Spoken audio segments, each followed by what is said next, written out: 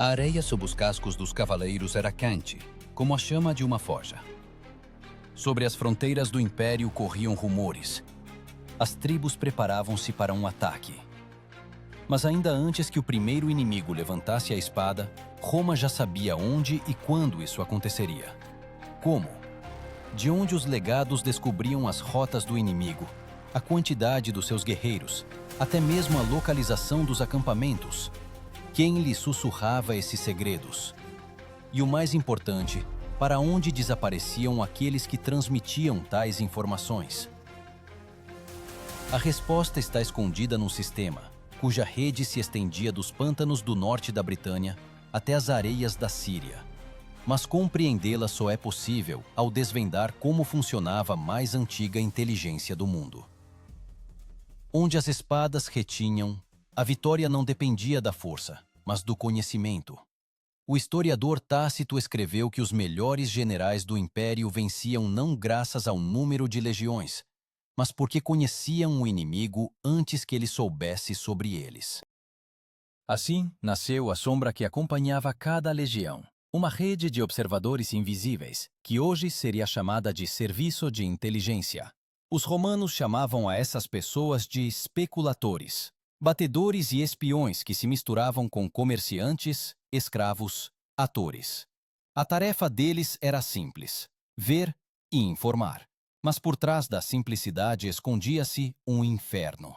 Os inimigos arrancavam-lhes os olhos se suspeitassem de engano. Por isso, os especuladores muitas vezes trabalhavam em pares. Um falava, o outro observava. Imagina, não como espectador, mas como uma pessoa no lugar deles. Noite, estepe, o reno às costas. Tu ouves um cão a latir no acampamento inimigo. Um passo em falso, e serás pendurado pelos pés no portão. E ao amanhecer o teu comandante já terá um mapa com as marcações de estradas que ele nunca tinha visto. Foi assim que a magia tática de Roma foi criada. Não na magia, mas na informação.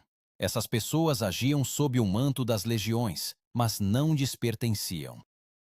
Eles eram os olhos do Império. E quando o legado tomava a decisão de avançar, ele apoiava-se não só nos relatórios dos tribunos, mas também nos relatórios secretos dos speculatores. Achados arqueológicos no norte da Britânia confirmam a existência de postos de observação ocultos, pequenas fortificações com entradas secretas projetadas para 2 ou 3 pessoas. As suas fogueiras de sinalização podiam alertar um exército inteiro em questão de minutos. Roma criou não apenas um serviço de inteligência, mas um sistema de vigilância do mundo. Foi aqui que, pela primeira vez na história, surgiu a ideia de agentes secretos do Estado. E isso é apenas o começo. Em breve, o Império aprenderá a usar espiões não só na guerra, mas também na política, entre inimigos e aliados. Pois Roma entendeu: informação é poder, e o poder exige uma sombra. E quando o Império se expandia, a rede das suas sombras crescia com ele. Dos bazares do Oriente aos desfiladeiros dos Alpes, onde até o vento parecia o sussurro de ouvidos invisíveis. No coração da legião, entre estandartes e tambores, escondia-se uma força sobre a qual os soldados comuns sabiam apenas por boatos. Essas pessoas não usavam armaduras pesadas e não gritavam em combate. Eles desapareciam antes do amanhecer e regressavam quando todos já pensavam que estavam mortos. Eles eram chamados de frumentarii, literalmente os dos cereais. Mas o seu verdadeiro trabalho tinha com o cereal apenas uma relação simbólica. Eles alimentavam o império não com pão, mas com informações. Inicialmente eram usados para entrega de mensagens e cobrança de impostos, como escreveu o historiador Frontino. Mas quanto mais amplas se tornavam as fronteiras, mais informações eram exigidas pelo centro. E então os frumentarii transformaram-se em agentes secretos, os primeiros espiões burocráticos de Roma. Eles viajavam disfarçados de comerciantes ou cobradores de impostos e, na verdade, registravam movimentos suspeitos de tropas, rumores de conspirações, preços de cereais, pois era precisamente através deles que se podia entender onde uma revolta estava a eclodir. Os romanos criaram um termo especial para tais missões ocultas: o cursus publicus, o sistema de correios estatal. Através dele, os frumentarii podiam atravessar milhares de quilômetros, trocando cavalos nas estações e entregando relatórios mais depressa do que a luz de uma vela demorava a queimar. Este era o protótipo de uma infraestrutura de inteligência, com armazéns secretos, abrigos e estalagens falsas. Os contemporâneos diziam: viaja tranquilamente se não encontrares um frumentarius, caso contrário, é melhor calar-te. Agora, imagina o burburinho de uma taverna em algum lugar em Antioquia. O cheiro de vinho, conversas de mercadores e, entre eles, uma pessoa que simplesmente escuta. Ele bebe pouco, mas memoriza cada nome, cada sotaque. No dia seguinte, um pergaminho segue para Roma com uma breve frase: na guarnição síria, agitação. Foi assim que, a partir de pequenas dicas, se formava um mapa de ameaças para todo o império. Os frumentarii não obedeciam a generais, mas sim pessoalmente ao imperador. Sob Trajano, o seu quartel-general foi instalado na colina Esquilina, nos quartéis da Castra Peregrina. Lá também eram guardados relatórios secretos e listas de agentes, sobre os quais poucos sabiam. Alguns historiadores acreditam que a Castra Peregrina se tornou o protótipo dos futuros quartéis-generais dos serviços de inteligência, onde se cruzavam relatórios militares e intrigas políticas. No entanto, o poder dessas pessoas cresceu mais rapidamente do que o próprio sistema podia suportar. Senadores e procônsules os temiam. Os frumentarii podiam aparecer na casa de qualquer funcionário, fazendo apenas uma pergunta: em nome do imperador. Plutarco escreveu que o medo deles era maior do que o da espada de um pretoriano. Eles recolhiam não só informações militares, mas também denúncias, segredos pessoais, até mesmo conversas à mesa dos banquetes. Detalhes sensoriais daquela época dizem mais do que relatórios. Em cartas do Egito, arqueólogos encontraram queixas sobre pessoas desconhecidas que escutam nas tavernas e desaparecem antes do amanhecer. Às vezes, os seus corpos eram encontrados mais tarde, sem vestígios de luta, mas com as línguas cortadas. Possivelmente eram punições por traição, possivelmente uma forma de esconder a sua verdadeira identidade. E, no entanto, o seu trabalho salvava exércitos e cidades. Quando a revolta judaica irrompeu no ano 115, foram precisamente os relatórios dos frumentarii que permitiram ao imperador Trajano deslocar as legiões antecipadamente e evitar uma catástrofe. Mas, juntamente com os sucessos, veio a sombra. O império usava cada vez mais espiões contra os seus próprios cidadãos. Roma aprendia não só a defender-se, mas também a vigiar. Assim, a inteligência, de necessidade militar, transformou-se num instrumento de controlo. O imperador recebia informações mais rapidamente do que o Senado, e isso quebrava os antigos alicerces. Os frumentarii tornaram-se os olhos da despotia, uma polícia secreta diante da qual a nobreza tremia. O seu poder, como veneno, penetrava em todas as esferas da vida, até que o próprio sistema começou a ruir sob o peso dos seus próprios segredos. Quando os súditos começaram a odiá-los mais do que aos inimigos, Roma foi forçada a reformar a sua sombra. Sob Diocleciano, no final do século III, os frumentarii foram oficialmente dissolvidos. No seu lugar vieram novos agentes, os agentes in rebus, aqueles que agem nos assuntos, mais secretos, mais treinados e ainda mais perigosos. Eles tornaram-se a face de uma nova era de inteligência, uma era onde a informação decidia os destinos dos imperadores.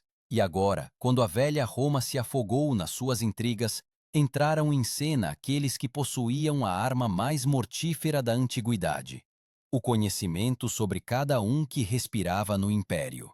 Com o alvorecer de um novo século, o império mudou de aspecto, e com ele a sua sombra também mudou. Onde antes atuavam os ruidosos frumentarii, surgiu uma nova raça de pessoas silenciosas e invisíveis. Eles eram chamados de agentes in rebus, aqueles que agem nos assuntos. Mas aqueles que os encontravam chamavam-nos mais simplesmente Homens sem rosto. Eles podiam estar em qualquer lugar, nos balneários, nos fóruns, nas caravanas. Ninguém sabia quem eles eram, até que fosse tarde demais. Se os Frumentarii eram espiões fardados, os agentes in rebus transformaram-se no protótipo dos modernos serviços secretos.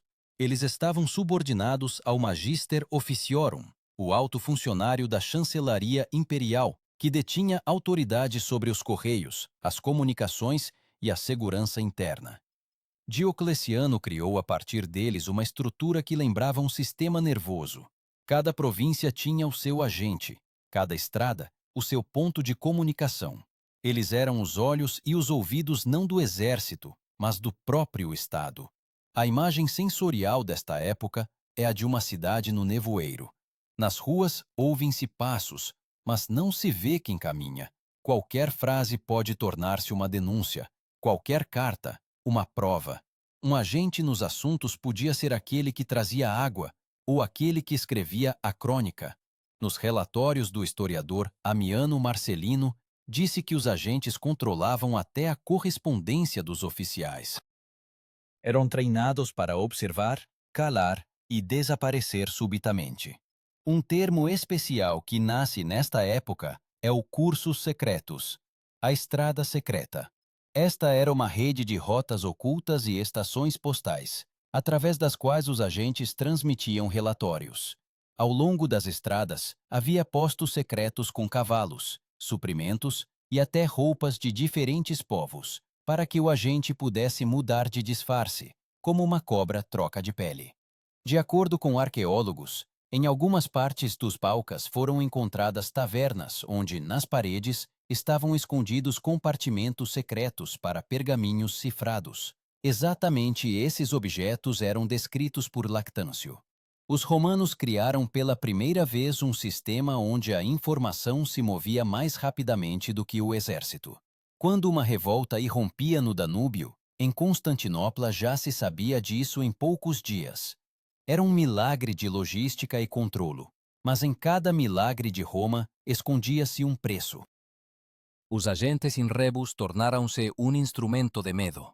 As suas denúncias podiam derrubar qualquer general, e muitas vezes eram eles que decidiam quem viveria e quem desapareceria nas profundezas das masmorras. Plutarco escreveu que en Roma deixaram de acreditar até nas paredes. Os cidadãos comuns escondían as conversas atrás de portas fechadas, e os funcionarios destruían as cartas após a leitura. Un ollar errado podía custar uma carreira, e no entanto para o imperio, estas persoas eran necesarias. Elas mantiñan unida una gigantesca sistema, onde millares de cidades e millóns de súditos estaban ligados por unha única rede de poder. Para comprender a escala é importante saber. Segundo cálculos de historiadores modernos, sob Constantino o Grande, o número de agentes atingía varios millares. Eles tiñan patentes, desde cursores que entregaban os relatorios até comités responsáveis pela inteligencia en provincias inteiras. Cada agente tinha de conhecer cifras, códigos e métodos de transmissão de sinais, desde flashes de luz nas torres até marcas secretas em colunas. E tudo isso era acompanhado por uma atmosfera de terror frio. Legionários sussurravam sobre o desaparecimento de comandantes. Senadores escreviam discursos olhando para as portas. Até bispos confessavam: nós oramos a Deus, mas tememos os agentes. Neste sistema, o medo tornou-se parte da ordem. E, no entanto, paradoxalmente, foi precisamente o medo que salvou o império. Ele o manteve da desintegração interna, enquanto os bárbaros rugiam nas fronteiras. Nos relatórios de Amiano, menciona-se um caso em que os agentes in rebus impediram uma revolta de uma legião inteira na Trácia, interceptando cartas entre oficiais. Este episódio tornou-se um exemplo de como a informação podia parar uma guerra sem uma única espada. Mas por tais sucessos o império pagava com a perda da sua alma. Nas ruínas tardo-romanas, arqueólogos encontram tabuinhas de bronze com símbolos codificados, presumivelmente sinais de agentes. Elas lembram que quando tudo estava a ruir, Roma já sabia: não sobrevive quem é mais forte, mas quem sabe mais. E foi esse conhecimento, preciso, impassível, impiedoso, que se tornou a última arma do Império, antes que o fumo de um novo mundo bárbaro se levantasse sobre as suas fronteiras. No final do século IV, as sombras de Roma estenderam-se até aos confins da Europa. O Império respirava com dificuldade, como um velho guerreiro depois de uma longa marcha. Os bárbaros aproximavam-se das fronteiras, e cada dia podia ser o último. Mas mesmo agora, quando as cidades ardiam, a inteligência continuava a trabalhar. Agora ela tornou-se não apenas um escudo, mas o último nervo do Império. Se antes os agentes nos assuntos zelavam pela ordem, agora procuravam a traição, em todo o lado onde ainda não havia. Pelos anais de Amiano, sabe-se que nos tempos de Valentiniano e Teodósio, os agentes recolhiam informações não só sobre os inimigos, mas também sobre os seus próprios generais. Roma estava a perder a confiança em si mesma, e, no entanto, foi precisamente essa desconfiança que impediu o sistema de um colapso final, pois cada fuga de informação podia custar a queda de uma província inteira. Um agente que denunciasse podia salvar uma legião, um silencioso destruir um exército. Nessa altura, nas fronteiras do norte do Limes do Reno, trabalhavam os exploradores, batedores de campo das legiões. Ao contrário dos agentes do imperador, estas pessoas viviam ao lado dos soldados e partilhavam o pão com eles. Mas as suas missões eram muito mais perigosas. Eles atravessavam as linhas inimigas, observavam os movimentos dos godos, francos, alamanos, transmitiam informações sobre rotas e falhas nas fortificações. Eram treinados para reconhecer sinais tribais e para interrogar um prisioneiro de modo que ele não percebesse que já tinha sido traído. Os exploradores eram os olhos no campo de batalha. O seu trabalho começava antes mesmo de as bandeiras serem levantadas. Eles escondiam-se nos arbustos, observavam o fumo no horizonte, contavam o número de fogueiras nos acampamentos bárbaros. Um dos termos que surgiu precisamente nessa altura, stationes, postos de observação temporários, postos ocultos, que serviam de protótipo para as avançadas militares. Arqueólogos encontraram vestígios de tais postos perto do Limes Germânicos, pequenos fortes com estreitas janelas de observação, de onde se viam apenas os topos das árvores. Mas mesmo nessas condições, a disciplina permanecia férrea. Um explorador não tinha o direito de regressar sem informações. No exército romano, o fracasso de um batedor não era considerado um erro, mas uma desgraça. Um dos papiros encontrados no Egito contém o registro. Não regressou. Significa que morreu como soldado. Essa lógica rígida educou uma geração de heróis invisíveis, cujos nomes não foram preservados nas crônicas, mas graças aos quais as legiões ainda sabiam onde e quando atacar. Os relatórios militares do final do século IV mostram que a inteligência estava integrada na estrutura de comando. Os centuriões recebiam pergaminhos com anotações sobre o tempo, os movimentos do inimigo, o estado das estradas. Roma passou a depender da informação, como um organismo do sangue. Mesmo com a redução das legiões, os serviços de inteligência continuaram a crescer. Esta era a última parte racional do império, precisa, fria, quase matemática. Mas concomitantemente, a paranoia também se intensificava. Os imperadores suspeitavam de todos. Após a morte de Valente em Adrianópolis, no ano 378, começaram limpezas em massa no exército. Procuravam traidores que tivessem entregue aos godos o caminho para a emboscada. Os historiadores ainda debatem se houve uma fuga de informação ou se foi o caos. No entanto, foi a partir desse momento que a inteligência se tornou não apenas uma defesa, mas também uma arma política. Agora os espiões não caçavam inimigos, mas culpados convenientes. E, no entanto, nas fronteiras continuava a viver outra sombra honesta, a inteligência militar. Os exploradores usavam torres de sinalização com espelhos e fumo, transmitindo notícias por dezenas de quilômetros. Cálculos modernos mostram, com bom tempo, uma mensagem podia ir do Mosela ao Reno em um dia. Esta era a ótica da Roma antiga, uma tecnologia que se adiantou ao seu tempo. O historiador Goldsworthy escreve que a inteligência romana no período tardio tornou-se uma mistura de gênio militar e medo político. Em cada secção do limes, havia pessoas que conheciam o inimigo de perto. E, no entanto, o conhecimento não salvou o império. Ele prolongou a sua vida, mas não lhe deu a imortalidade. Quando, no início do século V, os visigodos de Alarico entraram na Itália, os agentes já sabiam disso antecipadamente. Mas ninguém acreditou nos seus relatórios. E, no entanto, estes últimos anos, o auge da inteligência romana. Mesmo quando as legiões recuavam, os agentes continuavam a sussurrar nas sombras. Quem falava com quem? Para onde se moveram os destacamentos? Que cidades ainda resistiam? Nessa época, a inteligência tornou-se a última virtude do império, a sua vontade residual de controlo sobre o caos. E enquanto as muralhas desabavam, enquanto as espadas dos bárbaros retinham nas ruas romanas, em algum lugar distante, nas fronteiras queimadas, um explorador ainda observava o horizonte, em silêncio, com precisão, sem medo. Ele já sabia que o império cairia. Mas o dever do batedor não é salvar, mas saber. E mesmo quando Roma se transformou em cinzas, as suas sombras continuaram a olhar para a frente. Quando o império começou a desintegrar-se, a sua inteligência, como um nervo, continuava a transmitir sinais mesmo das partes mortas do corpo. Nas ruínas das províncias ocidentais, ainda viviam aqueles que conheciam as cifras e sabiam ler os rastros do inimigo. Eles já não serviam o imperador. Ele já não existia. Mas o hábito de observar e ouvir permaneceu. Essas pessoas transformaram-se num osso invisível que ligava o passado de Roma ao futuro da Europa.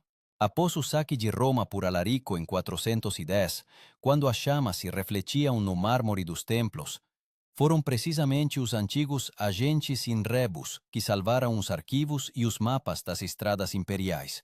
Eles retiraram pergaminhos com as rotas do cursos secretos, como se salvassem o coração de um organismo morto.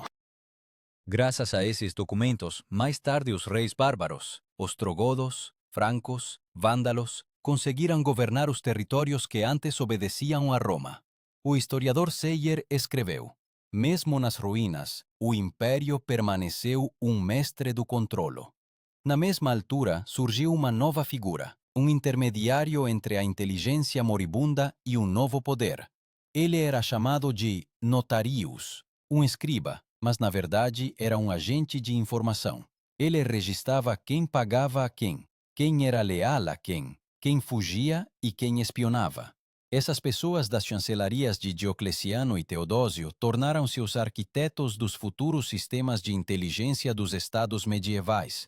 A sua capacidade de recolher informações e guardar segredos tornou-se a base do que mais tarde, nos mosteiros, seria chamado de ars secreta, a arte dos segredos. A parte oriental do Império, Bizâncio, herdou essa sombra e levou-a à perfeição. Aqui, a inteligência transformou-se num mecanismo frio e impecável. Sob o imperador Justiniano, meados do século VI, existia toda uma rede de agentes peregrinos, agentes viajantes, enviados para o Oriente, para as terras dos persas. Eles traziam informações sobre as tropas sassânidas, sobre novas fortificações no Tigre e sobre as rotas das caravanas. Às vezes tinham de viver sob um nome falso durante anos. Justiniano compreendia, o conhecimento não era apenas proteção, mas também diplomacia. Os seus espiões participavam em negociações secretas, subornavam comerciantes, escreviam cartas falsas para semear discórdia entre os bárbaros. Um dos termos daquela época, apóstolos, significava não só mensageiro, mas também batedor em missão. Essas pessoas não apenas recolhiam informações, elas as criavam, reescreviam a realidade em prol dos interesses do imperador. A imagem da época, o silêncio atrás das muralhas de mármore de Constantinopla, Nos corredores do grande palácio, o sussurro era mais valorizado que o grito. Aqui, os agentes viviam como monges, sem família, sem nome, sem esperança de glória. O trabalho deles consistia na observação, mas não apenas do inimigo. Eles vigiavam patrícios, comites, até mesmo membros da família imperial. O império sobreviveu porque aprendeu a olhar para si mesmo por dentro. Nesta época, a inteligência ganhou uma nova dimensão, a diplomática. As embaixadas tornaram-se uma cobertura para a recolha de informações. Emissários bizantinos no Oriente estudavam não só rotas militares, mas também tecnologias, métodos de fundição de metal, construção de máquinas de cerco, até mesmo as formas dos capacetes dos inimigos. Os contemporâneos chamavam a isso de inteligência do conhecimento. Assim, da sombra militar, surgiu o protótipo da futura inteligência científica. Mas a principal tarefa continuava a ser a sobrevivência. No norte avançavam os eslavos, no leste, os persas, e dentro de Constantinopla crescia uma rede de traidores. Para manter o poder, os imperadores criaram o protótipo de uma polícia secreta, os Bucelari, guarda-costas pessoais que podiam espiar generais. Eles eram soldados, mas com a função de investigadores. As suas cartas eram interceptadas, as suas conversas gravadas. O medo tornou-se uma nova forma de lealdade. O historiador Procópio escreveu que o imperador desejava saber não só quem agia, mas também quem se calava. Essas palavras descrevem com precisão a essência da inteligência bizantina. Ela deixou de ser apenas uma recolha de dados e tornou-se uma arma psicológica. Ela criava uma atmosfera em que cada cidadão sentia um olhar pelas costas. No entanto, foi precisamente essa observação constante que permitiu a Bizâncio sobreviver por séculos. Enquanto o mundo ocidental caía no caos, aqui ainda funcionava uma rede de estradas, estações secretas e agentes. Eles alertavam sobre o movimento de nômadas, sobre os planos de guildas mercantis, sobre o ouro que fluía através dos desertos. Bizâncio herdou não o exército de Roma, mas a sua capacidade de saber. Saber mais do que o inimigo, do que o povo, do que a própria história. Assim, a inteligência, que começou com os passos silenciosos dos especuladores, transformou-se numa verdadeira filosofia de poder. Ela já não apenas protegia o império, ela tornou-se o seu coração, o seu sistema circulatório. E embora a velha Roma tenha desaparecido, as suas sombras não se dissolveram. Elas apenas mudaram de língua e forma, e preparavam-se para dar o seu último e majestoso passo. Um passo para um futuro onde a informação se tornaria uma nova forma de dominação. Quando a última tocha de Roma se apagou, a sua inteligência não morreu. Ela se dissolveu, como a fumaça que paira sobre as brasas, até que o vento a leve para novas margens. As sombras, educadas na disciplina das legiões e no frio cálculo dos imperadores, foram para os mosteiros, para os pátios dos reis bárbaros, para as caravanas do Oriente. Elas não se chamavam mais agentes, mas a memória da sua arte vivia em cada carta com um sinal secreto, em cada olhar que se demorava demais no rosto alheio. E, no entanto, foi precisamente Roma que deu ao mundo a compreensão fundamental. A força não está nas espadas, mas nas informações. Quando os ostrogodos construíram os seus reinos, eles adotaram não só as estradas, mas também o sistema de vigilância. No reino ostrogótico de Teodorico existiam os tabulari, escribas que recolliam relatórios de comerciantes e guerreiros. Eram os mesmos vellos agentes in rebus, apenas numa nova roupagem. E mais tarde Carlos Magno criaria a sua rede de missi dominici, mensageiros reais, e cada um deles desempenharia funções concebidas ainda na castra peregrina. A sombra romana simplesmente mudou de dono. Arqueólogos encontram nas ruínas de antigos fortes placas de bronze com as letras SPQR gravadas, ao lado de símbolos de épocas posteriores. É como o rastro da assinatura da inteligência, o último fôlego do império dizendo: nós ainda vemos. Mesmo séculos depois, as pessoas continuavam a viver sob o olhar que nasceu em Roma. Essa sombra mudou o mundo. dos escribas secretos da Cúria Papal aos primeiros espiões de Gênova e Veneza, dos batedores muçulmanos do Califado aos agentes secretos de Bizâncio. Todos eles usaram os princípios desenvolvidos pelos romanos: observar sem intervir, falar pouco mas transmitir com precisão, temer e por isso sobreviver. Na tática do imperador bizantino Leão VI dice explicitamente: é melhor perder uma legião do que uma palavra dita à pessoa errada. Esta frase é o último eco da disciplina de inteligência romana. A imagem sensorial do final: uma noite no fórum vazio. O mármore rachou, a erva cresce entre as colunas, mas se ouvirmos com atenção, parece que em algum lugar debaixo da terra ainda pulsa a vida, um impulso fraco, mas inextinto. Esta é a inteligência, a memória do império, o seu pulso, que continua a bater através dos séculos. Nesta herança oculta há algo mais do que apenas uma história de guerras. É uma história do olhar humano. Em cada século, em cada estado, alguém assume o papel da sombra, aquele que sabe, mas não fala. Em Roma, era uma questão de sobrevivência. No futuro, uma questão de poder. E dos especuladores aos analistas de inteligência modernos, a inteligência manteve uma essência: o conhecimento, obtido no silêncio, desígnios destinos que ressoam no ruído. Os romanos acreditavam que tudo o que é secreto se torna manifesto apenas quando alguém quebra o dever do silêncio, mas os seus agentes raramente o quebravam. Eles desapareciam sem deixar rastro, deixando para trás apenas o resultado: um aviso, uma vitória, uma cidade salva. Assim, pessoas invisíveis salvaram o que os exércitos não conseguiriam proteger. E é precisamente nisso que reside o paradoxo do império.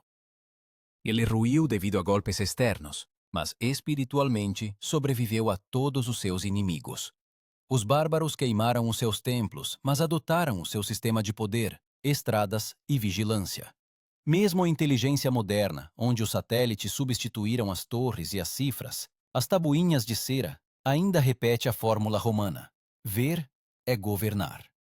Os historiadores debatem quando Roma terminou: em 476, quando o último imperador foi deposto, ou muito mais tarde, quando seus hábitos de pensar e planear desapareceram.